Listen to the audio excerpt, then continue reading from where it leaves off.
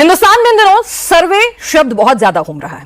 खूब सर्वे हो रहे हैं। संभल का सर्वे। जी हाँ दोस्तों, आपने सही सुना। बिल्कुल इन दिनों हिंदुस्तान में सिर्फ सर्वे ही हो रहा और इसको लेकर गोदी मीडिया को मानो एक काम मिल चुका है। जिस प्रकार से वो इस तरह के मुद्दे को उठाते हैं और ख़ास करके गोदी मीडिया मेन मुद्दा, चाहे वो महंगाई हो, बेरोजगारी हो या फिर अन्य कई ऐसे मुद्दे जिनसे जनता का सरोकार हो, उसको दरकिनार करके इन सभी मुद्दों को उठाते ताकि इस तरह के समाज में भेदभाव फैले।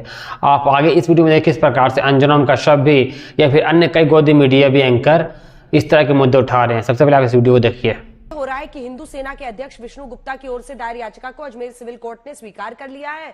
मामले की सुनवाई 20 दिसंबर को तय होगी। अजमेर की ख्वाजा। तो दोस्तों, जैसा कि हमने देखा किस प्रकार से भारत में निचली अदालतें इन दिनों सर्वे का ऑर्डर देते हैं, उसके बाद से गोदी मीडिया का अपना काम मिल जाता है।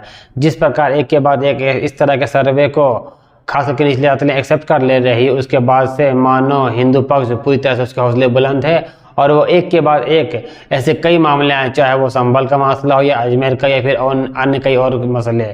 कुल मिलाकर तो इन दिनों भारत में मानो भारत खोदो अभियान चल रहा है। जिस प्रकार से भारत में इस तरह के मुद्दे उठाए जा रहे हैं, मानो गोदी मीडिया को काम मिल चुका है और वो मेन मुद्दे को दरकिनार कर दिए हैं और इसके लिए सीधा सीधा बीजेपी को श्रेय दिया जाता है, क्योंकि वो इस तरह की राजनीति के लिए काफ़ी फेमस है, क्योंकि वो चाहते ही हैं कि बांटो राजो और राज करो।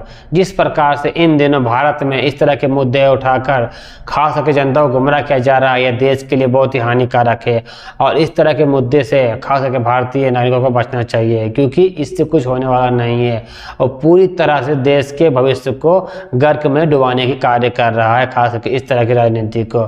क्योंकि दोस्तों, एक मसला था राम मंदिर बाबरी मस्जिद का, वो मसला अब खत्म हो चुका है और अब खास करके इस तरह के मसले को छोड़ देना चाहिए, क्योंकि मोहन भागवत ने भी कहा था कि हर मस्जिद में मंदिर खोजना बंद कर देना चाहिए। पर ना जाने किसका श्रेय मिलता है खास करके इस तरह के वकीलों को और इस तरह के नागरिकों को, जो इस तरह के हर दिन एक पटिशन डाल देते हैं और वो दावा हो देते हैं कि यहाँ पर फलाना मंदिर था और इस तरह के मुद्दे को उठाया जा रहा है।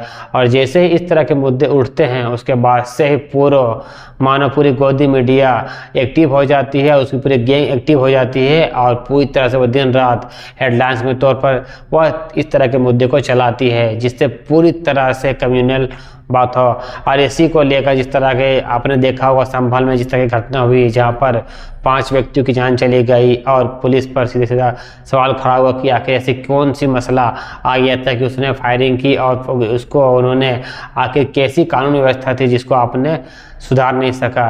तो कुल मिलाकर दोस्तों, इस तरह के मुद्दे को भारत में बंद होना चाहिए और खास करके भारत खोदो अभियान, जो कि अविश कुमार ने भी कहा था कि क्या भारत को खोदने की जरूरी है या फिर इस तरह के मुद्दे को बंद करने की।